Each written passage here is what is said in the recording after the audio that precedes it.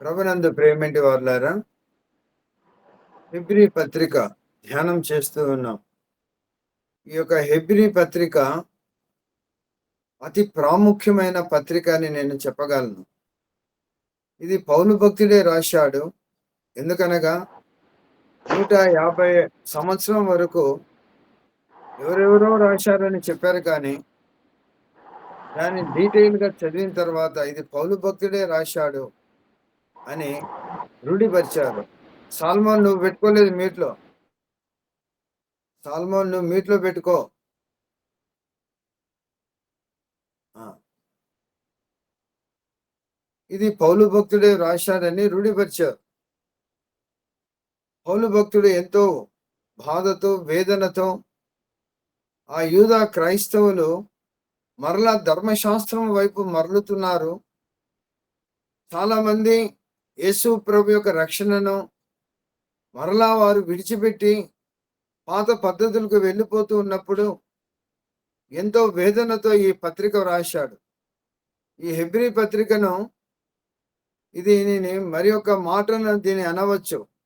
It is the reflection of old testament అంటారు. అనగా పాత నిబంధన యొక్క ప్రతిబింబము అని ఈ పత్రికకు పేరుంది. ప్రభునందు ప్రేమేంటి వారులారా, యేసు ప్రభు యొక్క ఔన్నత్యము, యేసు ప్రభు ఆయన దేవుడని, ఆయన ప్రవక్తలకందరికన్నా, దేవదూతలందరికన్నా, మోషే కన్నా, అహరోను కన్నా అతను చాలా శ్రేష్ఠుడు అని వ్రాయబడి ఉంది. ఎందుకు ఈ విధంగా వ్రాయబడి ఉంది అనగా, ఆ కాలంలో యేసు ప్రభును ఆయన మానవుడిగా వచ్చాడు కదా, మరి మానవుడిగా వచ్చినటువంటి వాడు మరి ఏమిటిది, ఈయన దేవుడు ఎట్లా అవుతాడని కొందరు ఆయన దేవదూతలే ఇంకా గొప్పవారు కదా అని కొందరు, ధర్మశాస్త్రమే కరెక్ట్గా ఉంది కానీ కొందరు ధర్మశాస్త్రం వైపు వెళుతూ ఉన్నారు. అలాంటి సమయంలో ఈ పత్రిక యూదా క్రైస్తవులకు రాయబడి ఉంది. హెబ్రీయులు ఎవరు అనగా యూదా క్రైస్తవులే. ప్రభునందు ప్రేమేంటి వాళ్ళారా, 41 AD నుంచి 54 AD వరకు ఎవరు పరిపాలించారు అనేది మనకు తెలుసు. అదే క్లౌదియా చక్రవర్తి. ఆ క్లౌదియా చక్రవర్తి 41 AD నుండి 54 AD వరకు పరిపాలించాడు. తర్వాత ఆ క్లౌదియా చక్రవర్తి ఆయన తర్వాత నీరో చక్రవర్తి వచ్చాడు. నీరో చక్రవర్తి 54 AD నుండి 68 AD వరకు ఆ రోమా సామ్రాజ్యాన్ని పరిపాలించాడు. కానీ ఈ ఇద్దరి యొక్క చక్రవర్తులలో, ఎంపరర్స్ లో వీరి యొక్క ప్రజలందరూ చాలా భయభీతులతోనూ, అంతేకాకుండా పర్సిక్యూషన్స్, అఫ్లిక్షన్స్ అనేవి ఎక్కువైపోయినాయి. ఎక్కడ చూసినా హింసలే, ఎక్కడ చూసినా క్రైస్తవులను చంపుతున్నారు.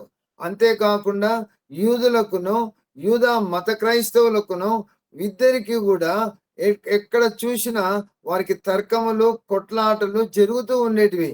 ఆ సమయంలో క్లౌదియా చక్రవర్తి అనగా 41 AD నుండి 54 AD వరకు పరిపాలించినటువంటి ఆ క్లౌదియా చక్రవర్తి కాలంలోనే మన అకులా ప్రిస్కిలా కూడా ఆ యొక్క రాజ్యాన్ని వదిలేసి వారి కొరింథీ పట్టణానికి వచ్చారు. ప్రభునందు ప్రేమేంటి వాళ్ళారా, క్లౌదియా చక్రవర్తి ఏమని ఆర్డర్ ఇచ్చాడు? రోమాను విడిచిపోండి, మీరందరూ యూదులంతా విడిచిపోండి అన్నప్పుడు ఆ అకులా ప్రిస్కిలా కూడా వారు వదిలి వచ్చేసారు కొరింథీకి. అనగా ఎంతగా అక్కడ శ్రమలు చెలరేగాయో మనం గమనించాలి. ప్రభునందు ప్రేమేంటి వాళ్ళారా, మరి నీరో వచ్చాడు. నీరో వచ్చినప్పుడు క్రైస్తవులకు హింసలు చెలరేగాయి. వారిని ఎంతగానో అనగా బాధ పెట్టాడు నీరో చక్రవర్తి. ఆ యొక్క విశ్వాసులను వారిని ఒక కొయ్యకు కట్టి ఆ యొక్క వారికి గుడ్డ చుట్టి కిరోసిన్ పోసి ఆ రాత్రి పూట దీపాలాగా వెలిగించాడు.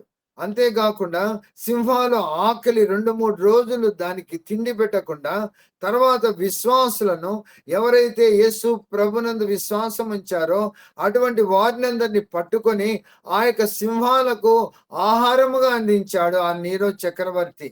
అటువంటి గొప్ప హింసలు పొందినటువంటి ఆ యొక్క సమయంలోనే అందరూ క్రైస్తవులు అనబడినటువంటి వారు చెల్లాచెదురైపోతూ విశ్వాసంలో సన్నగిల్లి కొంతమంది ధర్మశాస్త్రం వైపు మరలుతూ ఈ విధంగా ఎన్నో ఎన్నో హింసలు పొందుతూ ఉన్నప్పుడు ఈ పత్రిక రాశాడు. ప్రభునందు ప్రేమేంటి వాళ్ళారా, ఈ యొక్క ఉపోద్ఘాతమును మరి మొదటి అధ్యాయము మనం ధ్యానం చేశాం. ఈరోజు 2వ అధ్యాయాన్ని ధ్యానం చేయబోతున్నాం. కాబట్టి ఈ 2వ అధ్యాయంలో ఒక 4 వచనాలు చదువుతాను. దాని తర్వాత మరి 2వ అధ్యాయం అంతా కంప్లీట్ చేసేదానికి నేను ప్రయత్నం చేస్తాను. బైబిల్ ఉన్నవారు దయచేసి తెరవండి బైబిల్ను. 2వ అధ్యాయం మొదటి నుండి 4 వచనాలు నేను చదువుతున్నాను. కావున మనము వినిన సంగతులను విడిచిపెట్టి కొట్టుకొని పోకుండానట్లు వాటి యందు మరి విశేష జాగ్రత్త కలిగి ఉండవలెను. ఎందుకనగా దేవదూతల ద్వారా పలకబడిన వాక్యము స్థిరపరచబడినందున ప్రతి అతిక్రమమును అవిధేయతయు న్యాయమైన ప్రతి ఫలము పొంది ఉండగా ఇంత గొప్ప రక్షణ మనము నిర్లక్ష్యము చేసిన ఎడల ఎలా తప్పించుకుందము. చాలండి 3 వచనాలు.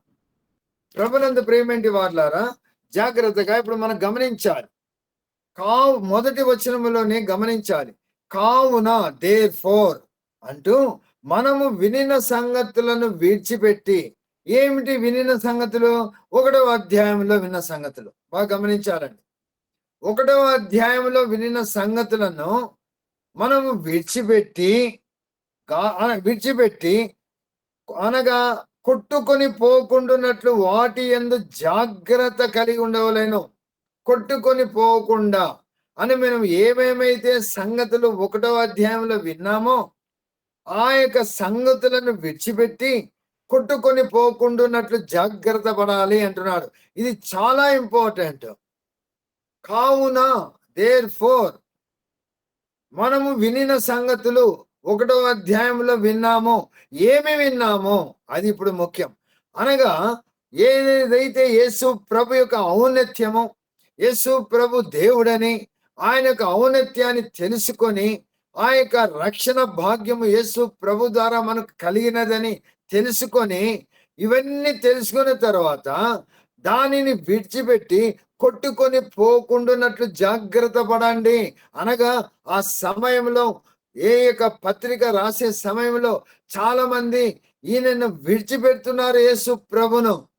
అనగా వినిన సంగతులు అన్నిటిని విడిచిపెట్టేసి వారు కొట్టుకొని పోతున్నారు అనగా తరంగములపై అనగా సముద్రంలో తరంగములు వచ్చి ఏ విధంగా అయితే కొట్టుకొని పోతారో మనుషులు, ఆ విధంగా మీరు కూడా కొట్టుకొని పోకుండా జాగ్రత్తగా ఉండండి అంటున్నాడు. ప్రభునందు ప్రేమేంటి వార్లారా, ఈ యొక్క సంగతులు ఏమైతే సంగతులు విన్నామో అవి ఇప్పుడు మనం తెలుసుకుందాం. ఏ సంగతులు విన్నాం? కావున మనము వినిన సంగతులను విడిచిపెట్టకుండా. ఏమిటి ఆ సంగతులు? ఇది మనం నేర్చుకోవాలి. ప్రభునందు ప్రేమేంటి వార్లారా, ఈ యొక్క హెబ్రీ పత్రిక మొదటి అధ్యాయము 2వ వచనంతో నేను చదువుతున్నాను. యేసు ప్రభు యొక్క ఔన్నత్యము, యేసు ప్రభు యొక్క పరిశుద్ధత, యేసు ప్రభు ఆయన యొక్క తండ్రి యొక్క తేజం మహిమను ఇవన్నీ కలిగి ఉన్నాడని అనగా ఆ గ్రంథకర్త ఎంతగా విశదీకరించాడంటే మనం అందరికీ తెలుసు. అనగా అన్ని తెలిసి కూడా యేసు ప్రభు యొక్క గుణ లక్షణాలు తెలిసి, యేసు ప్రభు దేవుడని తెలిసి ఆయనను విడిచిపెడుతున్నారు చాలా మంది. అందుకనే మీరు వినిన సంగతులు విన్నారు కదా, దానిని విడిచిపెట్టి కొట్టుకొని పోకుండా ఉండుటకు జాగ్రత్త పడండి అంటున్నాడు. ఏమిటి ఆ సంగతులు అనగా 2వ వచనంలో చదువుతున్నాను. ఆయన ఆ కుమారుని సమస్తమునకు వారసునిగా నియమించెను. He is the heir of God. అనగా దేవునికి వారసుడు అంటే ఏమైతే దేవునికి కలిగి ఉన్నాదో అవన్నీ ఇతనికి కలిగి ఉన్నట్టుగా. అనగా అతడు దేవునికి సమస్తమునకు వారసునిగా నియమించెను. ఆయన ద్వారా ప్రపంచమును నిర్మించెను. ఇది గమనించాలి. అనగా హీ ఈస్ ద క్రియేటర్. యేసు ప్రభు ఎవరైనా అనుకుంటున్నారు, ఆయన దేవుని యొక్క వారసుడు. అంతేకాకుండా ఆయన ప్రపంచములను నిర్మించెను. అనగా ఆయన క్రియేటర్ అని మనం తెలుస్తాం. అంతేకాకుండా ఆయన దేవుని మహిమ యొక్క తేజస్సును, ఆయన తత్వం యొక్క మూర్తిమంతమై ఉండి, అనగా దేవుని యొక్క అనగా ఆయన యొక్క పరిశుద్ధత, దైవత్వము అన్నీ యేసు ప్రభులో ఉన్నాయి. యేసు ప్రభులో ఏమున్నాయనగా తండ్రి యొక్క దైవత్వం అంతా ఈయనలోనే ఉందయ్యా అని రాస్తూ ఉన్నాడు. అంతేకాకుండా తన మహత్తు గల మాట చేత సమస్తమును నిర్వహించుచున్నాడు. భూమి ఇంత స్పీడ్‌లో తిరగాలని దేవుడు ఆజ్ఞ ఇచ్చాడు. అంత స్పీడ్‌లోనే తిరుగుతూ ఉన్నది. అంతేకాకుండా దేవుడు భూమిని రివాల్వ్ చేస్తున్నాడు సూర్యుని చుట్టూ. ఎంత స్పీడ్‌లో తిరగాలనో అంత స్పీడ్‌లో తిరిగేటట్టు ప్రతి ఒక్కటి నిర్వహించేది ఎవరనగా యేసు ప్రభు. ఎంత గొప్ప అనగా దేవుడు యేసు ప్రభు, ఆయన యేసు ప్రభు యొక్క మహాత్యము, యేసు ప్రభు యొక్క ఔన్నత్యము, యేసు ప్రభు ఆయన క్రియేటర్ అని నొక్కి చెప్తున్నాడు ఇక గ్రంథకర్త. అంతేకాకుండా పాపముల విషయంలో సిద్ధీకరణ తానే చేసి దేవదూతల కంటే ఎంతో శ్రేష్టమైన నామము పొందెనో వారికంటే అంత శ్రేష్ఠుడై ఉన్నత లోకమందు మహామహుడుగా దేవుని కుడి పార్శ్వమున కూర్చాను. అవునండి, మనమందరము పాపులమే, అందరికీ తెలుసు. వీఆర్ ఆల్ సిన్నర్స్, అనగా మనము ప్రతి ఒక్కరము పాపము చేసి దేవుడు అనుగ్రహించి మహిమను పొందలేకపోతున్నాం. అటువంటి అనగా స్థితిలో ఉన్న మనల్ని దేవుడు తన కుమారుని పంపించి ఆయన చేసిన బలియాగం ద్వారా, ఆయన చిందించిన రక్తం ద్వారా మన పాపాలకు క్షమాపణ, విమోచన కలగజేశాడు. ఆ దేవుడు మరణించి సమాధి చేయబడి తిరిగి 3వ రోజున పునరుద్ధాన శక్తి వల్ల పునరుద్ధానుడై దేవుని యొక్క కుడి పార్శ్వమున కూర్చొని ఉన్నాడు. ఎంత గొప్ప లక్షణాలు ఇస్తాడు. అనగా ఇక్కడ గ్రంథకర్త ఎంత విధంగా చెప్తున్నారు 2వ అధ్యాయంలో అనగా, కావున మీరు వినిన సంగతులను ఆ వినిన సంగతులను విడిచిపెడతారేమో జాగ్రత్త పడండి. అనగా యేసు ప్రభు యొక్క ఔన్నత్యము, ఆయన యొక్క పరిశుద్ధత, ఆయన దైవత్వమును అన్ని తెలుసుకొని మీరు ఆయనను మర్చిపోయి ఆయన విడిచిపెడుతున్నారు కదా అని నొక్కి చెబుతూ ఉన్నాడు ఇక్కడ 2వ అధ్యాయంలో. అంతేకాకుండా ఆయన ఎవరనగా ఆయన దేవదూతలు కూడా ఆయనను ఆరాధించబడేటువంటి వాడు అని కూడా రాయబడింది. 1వ అధ్యాయము 6వ వచనంలో నేను చదువుతున్నాను. మరియు ఆయన భూలోకమునకును ఆది సంభూతిని మరలా రప్పించినప్పుడు దేవుని దూతలందరూ ఆయనకు నమస్కారం చేయవాలని చెప్పుచున్నాడు. ఎంత గొప్ప సంగతి అండి. అనగా దేవదూతలు అందరూ యేసు ప్రభు మరలా భూమి మీదకి వచ్చి ఆయన 1000 ఏళ్ల పరిపాలన చేసేటప్పుడు దేవదూతలందరూ ఆయనకు నమస్కారం చేయాలంట. అనగా దేవదూతలు కూడా ఆయనకు నమస్కారం చేయాలి. ఆయన పూజార్హుడు. ఇది మనం గమనించాలి. ఆయన పూజార్హుడు. అంతేకాకుండా ఆయన యుగ యుగములు పరిపాలించేవాడు. 7వ వచనం నుంచి మనం చదివితే గన 7వ వచనంలో తన దూతలను వాయువులు గాను తన సేవకులను అగ్ని జ్వాలలు గాను చేసుకునేవాడు అని తన దూతలను గూర్చి చెప్పుచున్నాడు. గాని తన కుమారుని గూర్చి అయితే, దేవా నీ సింహాసనము నిరంతరము నిలుచు. ఎంత గొప్ప సంగతి అండి. యేసు ప్రభుతో అంటున్నాడు, దేవా, తండ్రి దేవుని కుమారుని దేవా అంటున్నాడు. దేవా నీ సింహాసనము నిరంతరము నిలుచును. కాబట్టి ప్రభునందు ప్రేమేంటి వాళ్ళారా, పైన మనం ఏమేమైతే విన్నామో గ్రంథకర్త చెప్తున్నాడు హెబ్రీయులకు, అయ్యా అవన్నిటిని విడిచిపెట్టి మీరు కూడా కొట్టుకొని పోతారేమో, తరంగాలలో కొట్టుకొని పోతారేమో, జాగ్రత్త. అనగా మీరు కొట్టుకొని పోకుండాన్నట్టు జాగ్రత్త పడండి. ఎంత గొప్ప మాటలండి. ఆ విధంగా యేసు ప్రభువును, ఆయన ఉన్నత స్థానాన్ని ఆ యొక్క హెబ్రీయులకు చెప్తున్నాడు. మీరు విన్నారు కదా, మరి విన్ని మీరు కొట్టుకొని పోకుండా జాగ్రత్త పడండి అన్నాడు. ప్రభునందు ప్రేమేంటి వారులారా, ఈ విషయంలో నేను ఒక మాట చెప్పాలి. ఈ 13 పత్రికలలో 13 అధ్యాయాలలో 300 వచనాలలో ఈ యొక్క గ్రంథకర్త మీరు జాగ్రత్తగా ఉండండి అనగా రక్షణ గురించి జాగ్రత్తగా ఉండనని ఈ పత్రికలో దాదాపు 5 సార్లు చెప్పాడు. 5 సార్లు. ఒకవేళ మీరు రాసుకుంటే రాసుకోనండి. ఈ 2వ అధ్యాయము 1-4లో చెప్పాడు. తర్వాత రెండవదిగా 3వ అధ్యాయము 7-19 వచనాలు చెప్పాడు. మూడవదిగా 6వ అధ్యాయం 1-8 వచనాలు చెప్పాడు, జాగ్రత్త పడమని. 4వదిగా 10వ అధ్యాయము 19-39 వచనం వరకు చెప్పాడు. 5వదిగా 12వ అధ్యాయం 25-29 వచనాలు.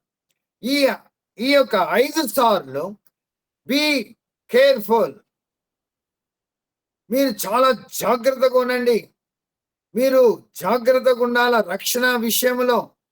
ఈ రక్షణ విషయంలో జాగ్రత్తగా ఉండండి.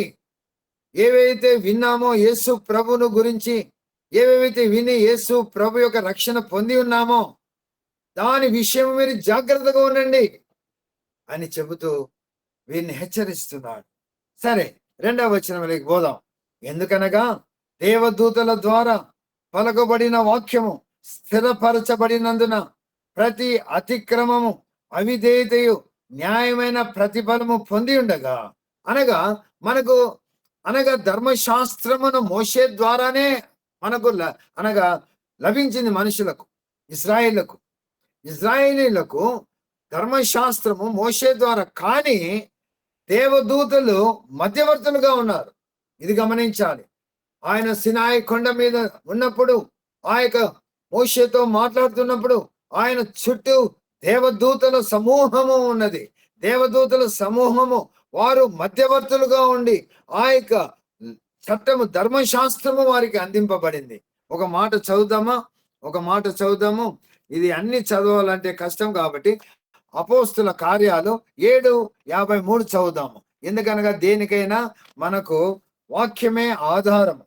అపోస్తుల కార్యాల గ్రంథము అనగా దేవదూతల ద్వారా ధర్మశాస్త్రము ఇజ్రాయేలుకు ఇవ్వబడింది అని చెప్పడంలో మనం రెఫరెన్స్ అవుతున్నాను. అపోస్తుల కార్యాల గ్రంథము 7వ అధ్యాయము 53వ వచనం. దేవదూతల ద్వారా నియమింపబడిన ధర్మశాస్త్రమును మీరు పొందితిరి గాని దాని గైకొనలేదని చెప్పాను. మరి ఒకసారి చదువుతున్నా. దేవదూతల ద్వారా నియమింపబడిన ధర్మశాస్త్రమును మీరు పొందితిరి. ఎవరి ద్వారా? దేవదూతల ద్వారా. ఎన్నో ఉన్నాయి రెఫరెన్సెస్. గలతీ 3:19 కూడా చదువుకోవచ్చు. అనగా ఈ దేవదూతల ద్వారా అనుగ్రహింపబడిన ఈ ధర్మశాస్త్రము అప్పుడు ఏ విధంగా ఉందనగా, పాపము చేస్తే శిక్ష వెంటనే వచ్చేది. నువ్వు మనం పాపం చేస్తే శిక్ష వెంటనే, ఎక్కడ మనం చూడనక్కర్లేదు. ఇదే హెబ్రీ పత్రిక 10వ అధ్యాయము 28వ వచనం నేను చదువుతున్నాను. 10వ అధ్యాయము హెబ్రీ పత్రిక 10:28వ వచనం. ఎవడైనాను మోషే ధర్మశాస్త్రము నిరాకరించిన ఎడల 2-3 సాక్షుల మాట మీద కనికరింపకుండా వానిని చంపించుదురు. ఎంత కఠినమైన శిక్ష. అనగా ధర్మశాస్త్రము ఆ లోనులు అనగా ధర్మశాస్త్ర సంబంధులందరూ ఏ విధంగా అంటే, ఏవైతే శిక్ష అనగా పాపం చేస్తే అది శిక్ష వెంటనే వచ్చే అటువంటి సమయం అది. కానీ యేసు ప్రభు ద్వారా మనకు రక్షణ వచ్చినది. ఎంత గొప్ప రక్షణ! కృపాకాలములో మనం ఉన్నాం. చూడండి, అటువంటి ధర్మశాస్త్రము నుండి, ఆ శాపము నుండి దేవుడు మనల్ని విమోచించాడు. గలతీ పత్రిక 3వ అధ్యాయం 13-14 వచనాలు చదివితే గన మనకు అర్థమవుతుంది.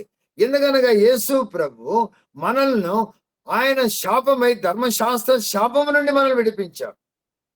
ఎంత గొప్ప సంగతి అండి! అప్పుడు శిక్ష వెంటనే వచ్చేది. ఆ ధర్మశాస్త్ర శాపం నుండి మనం విమోచించాడు కదా. అలాగ విమోచించిన ఆ దేవుడు ఆ రక్షణను మనం ఎలా నిర్లక్ష్యం చేస్తాం? 3వ వచనం చదువుతున్నాను. ఇంత గొప్ప రక్షణను మనం నిర్లక్ష్యం చేసిన ఎడల ఎలా తప్పించుకుందాము? అవునండి, ఇంత గొప్ప రక్షణను నీకు దయచేశాడే దేవుడు. ఇటువంటి రక్షణను నువ్వు నెగ్లెక్ట్ చేస్తావా? ఎలా తప్పించుకుంటావు? ఆ విధంగా నువ్వు ఒకవేళ నిర్లక్ష్యం చేస్తే నువ్వు ఎలా తప్పించుకుందు? అట్టి రక్షణ ప్రభు బోధించుట చేత ఆరంభమై అంటున్నాడు. ఆ రక్షణ మొట్టమొదట ఆ రక్షణ యొక్క సువార్తను ఎవరు బోధించారనగా యేసు ప్రభువే. మనందరికి తెలుసు మార్కు సువార్త 1వ అధ్యాయం 14-15 వచనాలు. కాలము పరిపూర్ణమైనది, దేవుని రాజ్యము సమీపించినది, మారు మనసు పొంది సువార్తను నమ్ముడి.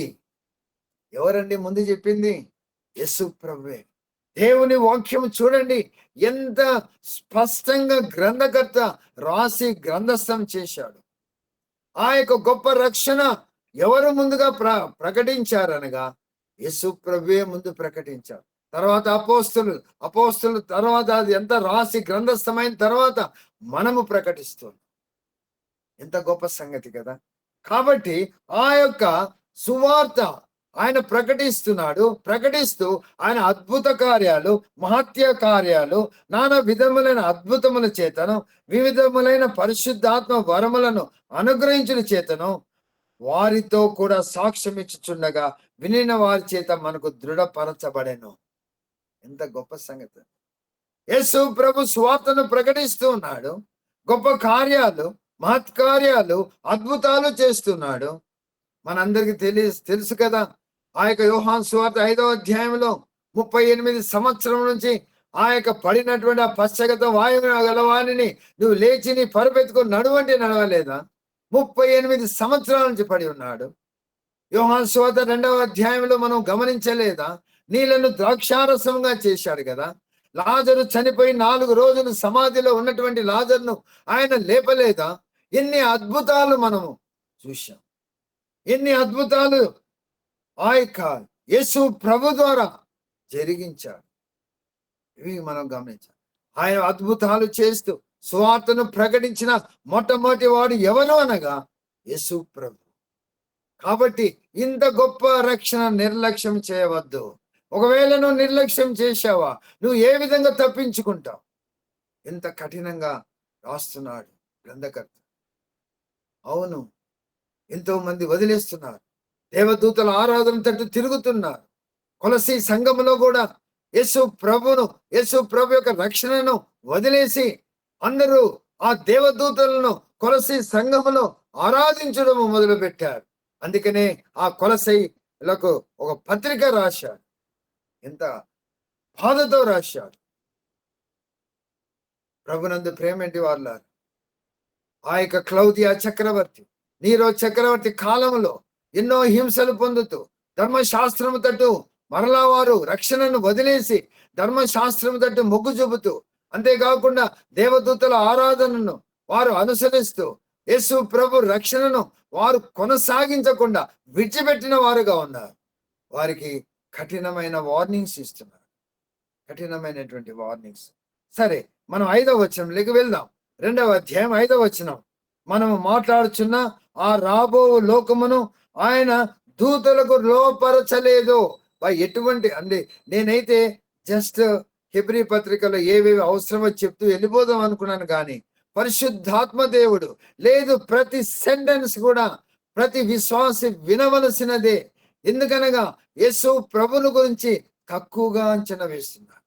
యేసు ప్రభు ఆయన ఎవరో మానవుడిగా వచ్చాడు. ఆయన ఒక దేవదూత, ఆయన మానవునిగా పంపాడు దేవుడని, ఆయన దేవుడు కాదు అని ఈ విధంగా రకరకాల అభిప్రాయాలు ఉన్నటువంటి మనుషులకు హెబ్రీ పత్రికే సమాధానం. హెబ్రీ పత్రికలో యేసు ప్రభు అని దేవుడని, దేవుని యొక్క అనగా ఆయన ఔన్నత్యము, ఆయన పరిశుద్ధత, ఆయన ఎవరు, ఆయన అసలు ప్రపంచంలో నిర్మించిన వాడని స్పష్టంగా చెప్పినటువంటి పత్రిక హెబ్రీ పత్రిక.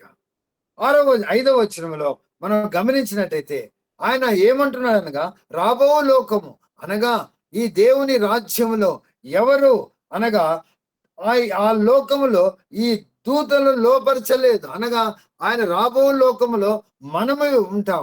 మనము యేసు ప్రభుతో రాజ్యము చేస్తాం. ఎంత గొప్ప సంగతి అండి. అందరికీ తెలుసు కదా, మనం అందరం రాజ్యం చేస్తాం. ప్రకటన గ్రంథం 20వ అధ్యాయంలో మనం స్పష్టంగా చూస్తాం. ప్రకటన గ్రంథం 20వ అధ్యాయంలో ఎంత స్పష్టంగా చూస్తామనగా 6వ వచనంలో ఏమి, మత్తయి సువార్త 25వ అధ్యాయంలో ఏమి అనగా మనం కూడా యేసు ప్రభుతో 1000 ఏళ్ల పరిపాలన చేస్తామని స్పష్టంగా రాయబడి.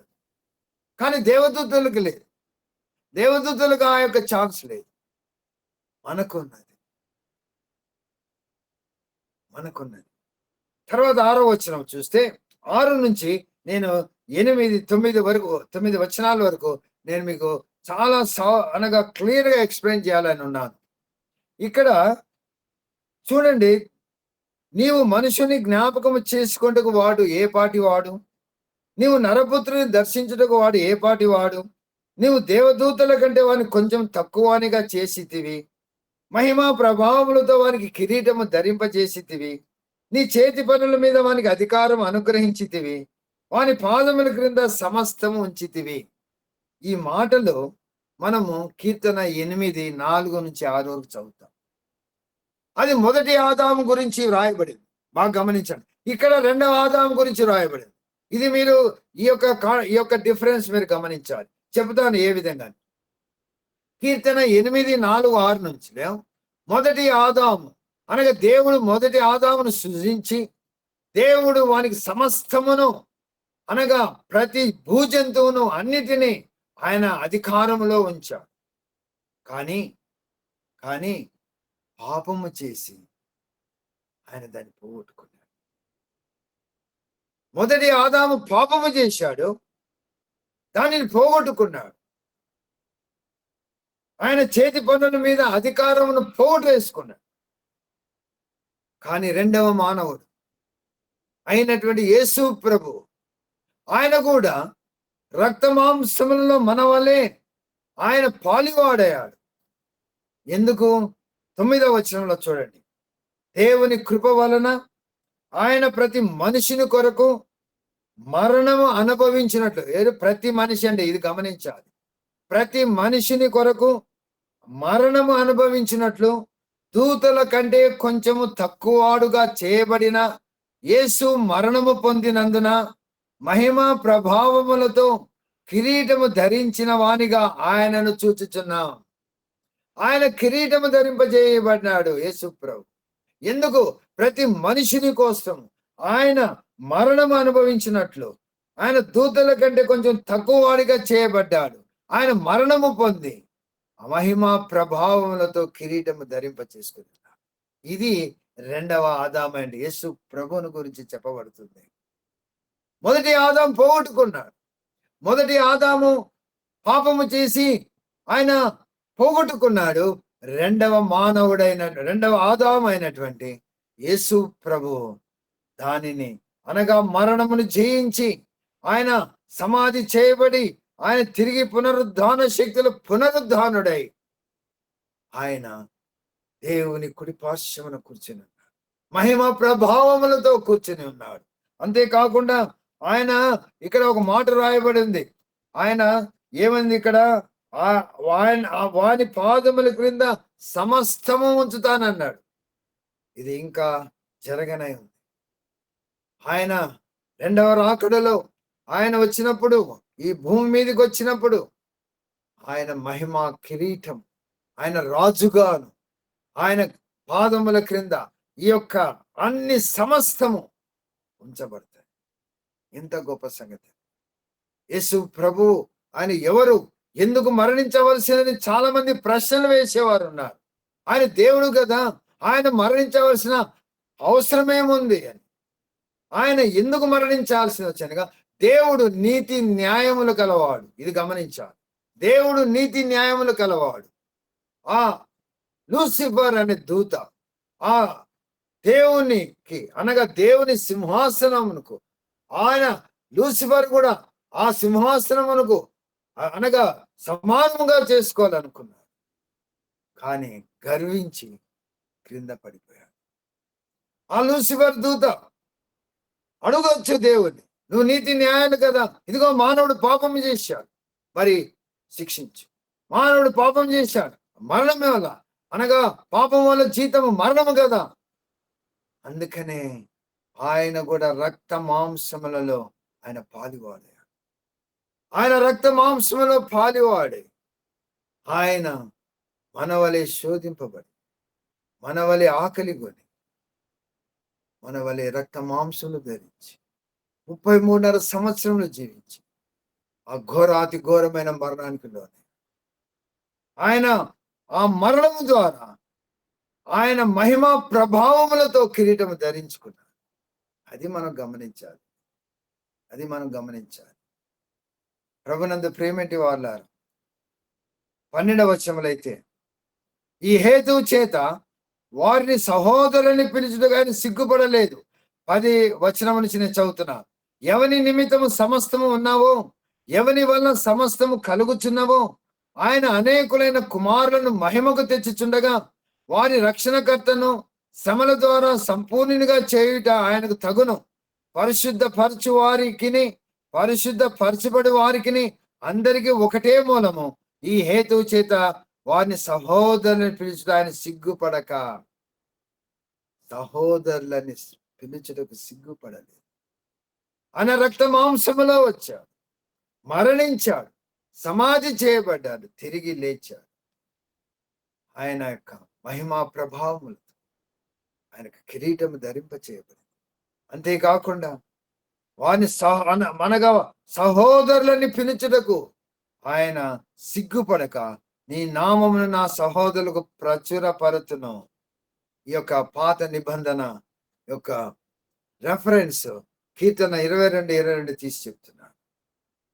ప్రభునందు ప్రేమటి వాళ్ళ ఎన్నో రెఫరెన్సెస్ ఉన్నాయి, కానీ కొన్ని మాత్రమే ముందుకు నేను తీసుకొస్తాను.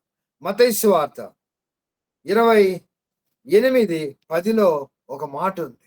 మగ్దలేని మరియ ఆ యేసు ప్రభును గుర్తెరిగి రబ్బూని అంటే, మరియా అన్నప్పుడు రబ్బూని అన్నాడు. నన్ను ముట్టవద్దు చెప్పి ఏమన్నాడు? సహోదరులకు దగ్గరికి వెళ్ళన్నాడు. చూద్దామా? మత్తయి సువార్త 28వ అధ్యాయం 10వ వచనం నేను చదువుతున్నాను. మత్తయి సువార్త 28వ అధ్యాయము 10వ వచనం. యేసు భయపడకుడి, మీ 28 ఇది అనగా స్త్రీలకు చెబుతున్నటువంటి మాట. భయపడకుడి, మీరు వెళ్ళి నా సహోదరులు గలిలేకు వెళ్ళవాలని వారు అక్కడ నన్ను చూతురని వారికి తెలుపుడాను. ఏమంటున్నాడు? అక్కడ ఉన్నటువంటి సమాధి దగ్గరికి వచ్చినటువంటి వారితో చెబుతున్నటువంటి మాట ఏమంటున్నాడు? యేసు భయపడకుడి, మీరు వెళ్ళి నా సహోదరులు గలిలేకు వెళ్ళవాలని. ఎవరు? నా సహోదరులు, నా సహోదరులు. ఇదే యోహాను సువార్త 20వ అధ్యాయము 17వ వచనంలో కూడా ఒక మాట ఉంది, చదువుదాం. యోహాను సువార్త 20వ అధ్యాయము 17వ వచనం నేను చదువుతున్నాను. 20వ అధ్యాయం 17వ వచనం. యేసు ఆమెతో అనగా మగ్దలేని మరియతో చెప్తున్నాడు. యేసు ఆమెతో, నేను ఇంకను తండ్రి ఎద్దుకు ఎక్కిపోలేదు గనుక నన్ను ముట్టుకోవద్దు. అయితే నా సహోదరుల యొద్దకు వెళ్ళి, నా సహోదరుల దగ్గరకు వెళ్ళి, నా తండ్రియు మీ తండ్రియు, నా దేవుడును మీ దేవుడినైనా వాని ఎద్దుకు ఎక్కిపోవచ్చునా నేను వార్త చెప్పుమనేను. నా సహోదరులు, శిష్యులు ఏమంటున్నాడు? నా సహోదరులు. ఎంత గొప్ప సంగతి! సహోదరులు, వీఆర్ ఆల్ బ్రదర్స్. ఈ విధంగా అనగా ఈ యొక్క గ్రంథకర్త చెప్తున్నటువంటి మాటలు ఏమనగా, యేసు ప్రభు ఆయన మరణించి సమాధి చేయబడి పునరుద్ధాన శక్తి వలన పునరుద్ధరణై మహిమా ప్రభావ కిరీటము ధరింప చేసుకున్నటువంటి ఆయన మనల్ని కూడా ఆ యొక్క ప్రభావంలోకి తీసుకోవాలి. ఆయన మన అందరినీ కూడా సహోదరులు అని పిలుస్తూ ఉన్నాడు. ఎంత గొప్ప సంగతి, ఎంత గొప్ప సంగతి! ప్రభునందు ప్రేమటి వాళ్ళారా, మరి 17వ వచనం నేను చదివి ముగించాలని చూస్తున్నాను. ఆయన అబ్రహాము సంతానము 16వ వచనం నేను చదువుతాను. ఆయన అబ్రహాము సంతానములో పుట్టాడు. ప్రధాన యాజకుడి నిమిత్తము అనగా నమ్మకము గల ప్రధాన యాజకుడి నిమిత్తము అన్ని విషయంలో ఆయన తన సహోదరుల వంటి వాడు కావలసి వచ్చెను. ఇది గమనించాలి. ఆయన అబ్రహాము సంతానములో ఎందుకు వచ్చాడు, అది మనం గమనించాలి.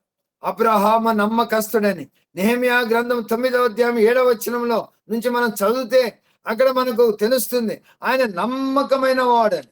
అనగా నమ్మకమైన వాణి సంతానములో రావాలని. అంతేకాకుండా అబ్రహాము సంతానములో లేవీయులు, వారు యాజక ధర్మము చేసేవారు. వారు దేవుని యొక్క పని చేసేవారు. అక్కడనే యాజకులు, ప్రధాన యాజకులు ఉండేటువంటి వారు. ఈ యేసు ప్రభు కూడా ఆయన ప్రధాన యాజకుడిగా రావాలి. ప్రధాన యాజకుడిగా రావాలంటే సంతానములో ఆయన జన్మించాలి. ఎంత గొప్ప సంగతి! ఆయన ప్రధాన యాజకుడిగా ఆయన రావాలి. ఎందుకనగా మనుషుల పాపము నిమిత్తము ఆయన ప్రధాన యాజకుడు గుండి బలి పశువు కూడా ఆయన అయ్యి, ఆయన మన పాపము నిమిత్తము ఆయన చనిపోవలసి ఉన్నది. ఓ మాట గమనిద్దామా? 4వ అధ్యాయము 4వ అధ్యాయము లేకుంటే 4వ అధ్యాయము వద్దు, వేరే వచనం మనం చదువుదాము. ఏ విధంగా అతను హెబ్రీయుల 7:26 చదువుదాం. ఒక ఎక్కువ వద్దు. 7వ అధ్యాయము 26వ వచనం చదువుతున్నారు. ప్రధాన యాజకుడుగా ఆయన అబ్రహాము సంతానములో ఎందుకు వచ్చాడనగా ఆయన ప్రధాన యాజకుడుగా రావాలి. ఆయన ఒక బలి పశువుగా ఉండాలి.